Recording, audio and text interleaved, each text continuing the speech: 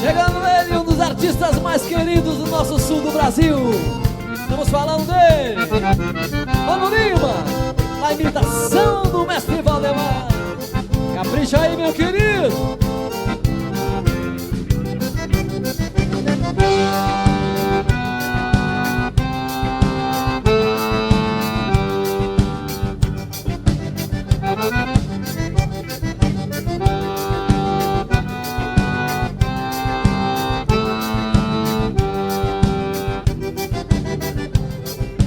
Yo me no paso no ya, yo fico a bastar y con los formas me golpea. No tiré un lado fruto de verdad, no estuve aquí no se gane ni se llama se saca. No tiré un lado fruto de verdad, no estuve aquí no se gane ni se llama se saca. Oiga, mas hoje o Grupo Cordiona trouxe consigo nada mais nada menos. Opa, O filho do Mano Lima aí sim, né?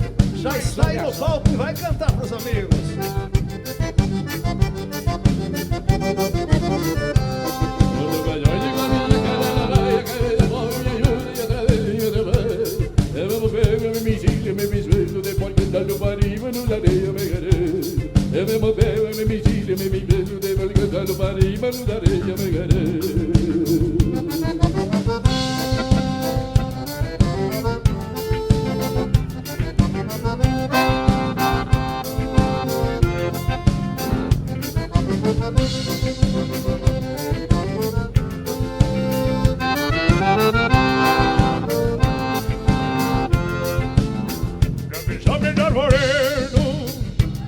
No tinha medo, foi meu pai que me contou como a gente ele faz hoje, se encontrou com o bichareiro. Sexta-feira, lua cheia, ele posou lá sozinho. De repente vi uma sombra, era uma lobisomem, aconsei lobisominho. De repente vi uma sombra, era uma lobisomem, aconsei lobisominho.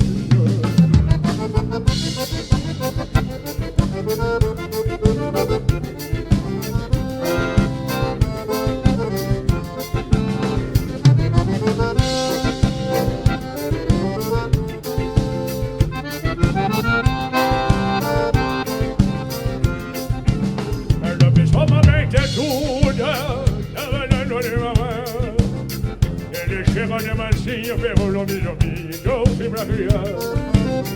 Ele pegou o lobisomem e trouxe pra criar guancho. Hoje o bicho tá famoso, andando pelo povo, toca a gaita do teu baixo. Hoje o bicho tá famoso, andando pelo povo, toca a gaita do teu baixo. E agora chegando o mestre dos mestres, gurizada. Tô falando dele. Sua visita foi valiosa. Retorne sempre que puder.